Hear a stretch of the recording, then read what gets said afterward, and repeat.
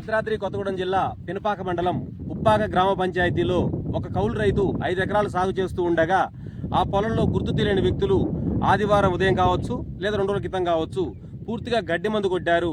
దీంట్లో పూర్తిగా 3 ఎకరాల వైపు పంట నష్టం జరిగింది. ఒకవైపు అన్నదాతగా చెప్పుకునే రైతు పొలాల్లోనే ఇలా గడ్డి మందు కొట్టడం వల్ల తీవ్ర ఇబ్బందులు ఎదుర్కొంటున్నారు. అసలే కౌలు రైతు ఉప్పాక గ్రామంలో ఉండేదే చాలా పేద ప్రజలు. ఉప్పాక గ్రామానికి చెందిన కౌలు రైతు గోసంగి రవీందర్ 5 ఎకరాలు కౌలు తీసుకొని చేస్తుండగా ఆ పొలంలో గుర్తు తెలియని వ్యక్తులు 3 ఎకరాల మేర వరి పంటలో గడ్డి మందు కొట్టారు. దాంట్లో పూర్తిగా 3 ఎకరాల మేర పూర్తిగా ధ్వంసం అయిపోయింది. ఇప్పుడు ఆ దృశ్యాలు మీరు ప్రత్యక్షంగా చూస్తారు. చూడండి ఒకసారి మీరు ఇప్పుడు ఆ రైతు మాటలు ఇప్పుడు మనం తెలుసుకోబోతున్నాం. ఒక్క నిమిషంలో ఒకసారి ఆ రైతు ఒకసారి పెట్టండి. అప్పు సప్పు చేసి అసలుకే ఇబ్బందుల్లో రైతు కుటుంబాలు వెల్లవిడుస్తుంటే అలాంటి రైతులకు పొట్టగొట్టే విధంగా ఇలా కలుపురే చేస్తున్నారు. దీనిపై పోలీస్ స్టేషన్లో సైతం ఫిర్యాదు చేస్తామని రైతు తెలియజేస్తున్నారు. ఇప్పుడు రైతు మాటల్లో మనం శ్రీ ఎస్బీ న్యూస్లో విందాం. సార్, ఎవరు కొట్టారు సార్ మందు? అసలు ఏమైనా ఐడియా ఉందా మీకు? ఎన్ని రోజుల క్రితం కొట్టారు అనుకుంటారు మీరు? మొన్న నైట్ కొట్టారని అనిపిస్తుందండి. మొన్న సాయంత్రం ఇక్కడ క్రాస్ రోడ్ వెళ్తూ ఒకసారి చేనులోకి తప్పుకున్నాను. అప్పుడు బాగానే ఉంది చేను.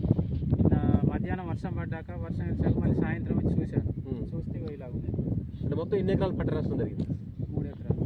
3 ఎకరాలు. ఇప్పుడు ఎంత నష్టం వచ్చి అనుకుంటారు? 50,000. అంటే కరివేస్ సాగా అండి? పట్టేసి ఎన్ని రోజులు అయింది?